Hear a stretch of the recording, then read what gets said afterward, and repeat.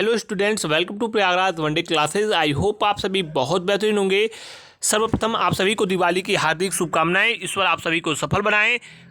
मेरा आप सभी से सुझाव यही रहेगा, संक्षिप्त में मैं अपनी बात रखूंगा आप सबके समक्ष कि आप जमकर परिश्रम पे ध्यान दें, यानी परिश्रम करें। परिणाम चाहे जो भी हो, अगर आप परिश्रम करते हैं तो डेफिनेटली आप एक दिन सफल भी होंगे। और आपको सबसे महत्वपूर्ण चीज़, आप कभी भी डिमोटिवेट नहीं होंगे, क्योंकि आपको आत्मसंतुष्टि मिलेगी कि आपने मेहनत किया। तो जमकर मेहनत कीजिए, जमकर प्रयास कीजिए, एक दिन डेफिनेटली आप सक्सेस होंगे। वीडियो में आगे बढ़ते हैं। यूपीएससी के छात्रों के लिए बहुत ही बड़ी अपडेट है। यूपीएससी के डंके की चोट पर मैं पुनः बता रहा हूं, मैं कोई भी इन्फॉर्मेशन ऐसे नहीं देता हूं जब तक कि मुझे नहीं लगता है कि इन्फॉर्मेशन देनी चाहिए। दूसरी चीज़, तमाम ऐसे वीडियोस चल रहे हैं जिनका कोई भी आशय जो है वो बिल्कुल एग्जामिनेशन से नहीं है और उस प्रकार की चीज़ों से ही नहीं है। यूपीएससी के छात्रों के लिए बड़ी अपडेट ये है कि आपकी तमाम भर्ती प्रक्रियाओं के बारे में मैंने आपसे कहा है, इस वीडियो में बताएंगे। इस वीडियो में आपको यूपीएससी लेखपाल भर्ती की चयन प्रक्रिया, पाठ्यक्रम, इसके अलावा भर्ती कब तक आएगी, इसके अलावा स्वास्थ्य विभाग, एजीटीए और आपकी X-ray technician, boring technician, combined technical, junior engineer और आपकी फॉरेस्ट गार्ड, ये तमाम भर्ती परीक्षाएं कंबाइंड टेक्निकल की कब तक होंगी, पूरी इन्फॉर्मेशन इस वीडियो में देंगे। चलिए वीडियो में आगे बढ़ते हैं और आपको पूरी सबसे बड़ी अपडेट आपको बता दें।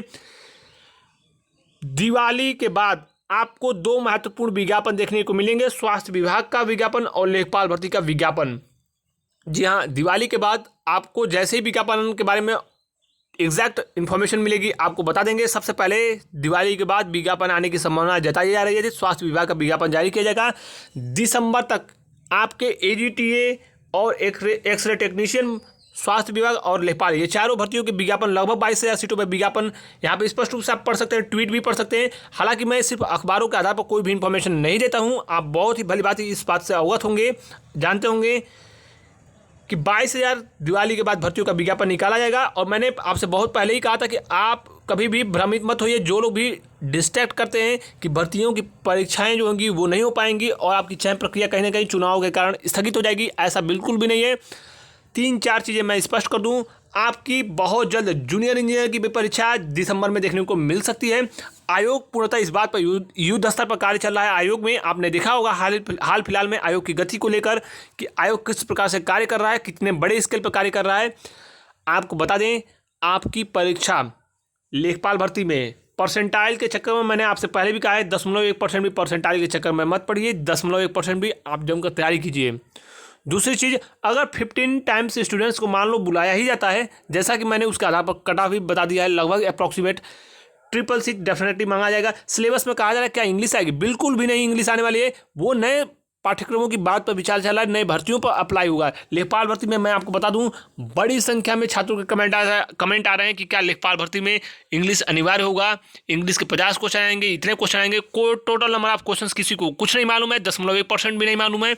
दूसरी चीज़, लेखपाल भर्ती में दो महत्वपूर्ण चीज़ों पर आप विशेष बल दीजिए। मैं आपको बार बार ये संकेत कर रहा हूँ कि आप जीएस और आप ग्रामीण परिवेश, इन दो महत्वपूर्ण सब्जेक्ट पे आप फोकस करो, जिससे डेफिनेटली आप सक्सेस होंगे। और आपको एग्जामिनेशन में आप जब जाओगे एग्ज़ाम देने तो आप दूसरों से बहुत ही आगे रहोगे। आपको बता दें लेखपाल भर्ती के बारे में, पाठ्यक्रम के बारे में आपको एक मैंने हिंट दिया है। और टोटल नंबर ऑफ क्वेश्चन की संख्या बढ़ सकती है, घट सकती है, परिवर्तनीय है, ये आप बात मान लीजिए। रही कंप्यूटर ज्ञान से संबंधित चीज़ें मांगी जाएंगी। कहा जा रहा है कि ऑनलाइन एग्जामिनेशन होंगे, बिल्कुल भी ऐसा नहीं होने वाला है। अभी फिलहाल आयोग का पूर्णतः प्रयास है कि जल्द से जल्द भर्तियों को पूर्ण कराया जाए, तो ऑफलाइन एग्जाम ही होगा, चूँकि बच्चों की जो संख्या है वो काफ़ी कम है। और हाँ, एक चीज़ आपको बता दें, आपकी परीक्षाएँ एज इट इज़ चलती रहेंगी, चाहे चुनाव आचार संहिता भी लग जाए, आपकी परीक्षाओं पर कोई भी प्रभाव नहीं पड़ेगा चयन प्रक्रिया पर। चूँकि ये एक इंस्टीट्यूशन है, आपका रिक्रूटमेंट बॉडी है, अलग से इसका काम ही है भर्ती कराना है। तो विज्ञप्ति नहीं आएंगे, लेकिन भर्तियां आपकी होंगी और भर्तियां 100% पूर्ण भी होंगी, यह बात मानिए। और उम्मीद करता हूं कि आपको भ्रमित होने की ज़रूरत नहीं होगी। एएसओ के जो भी छात्र हैं, फॉरेस्ट के छात्र हैं, कंबाइंड टेक्निकल के छात्र हैं, 2016 के विज्ञापन हैं ये सब, और कुछ 2018 के विज्ञापन हैं। आप लोगों की परीक्षाओं का कार्यक्रम, तमाम विस्तृत परीक्षाओं का कार्यक्रम आयोग के द्वारा बहुत जल्द ऑफिशियल वेबसाइट पर अपलोड किया जाएगा। आने वाले समय में बहुत जल्द आपको एक नया कैलेंडर आयोग का देखने को मिलेगा। और मैं पुनः अंतिम में संक्षिप्त में वही निष्कर्ष पे पहुंचा हूं कि जमकर प्रयास कीजिए।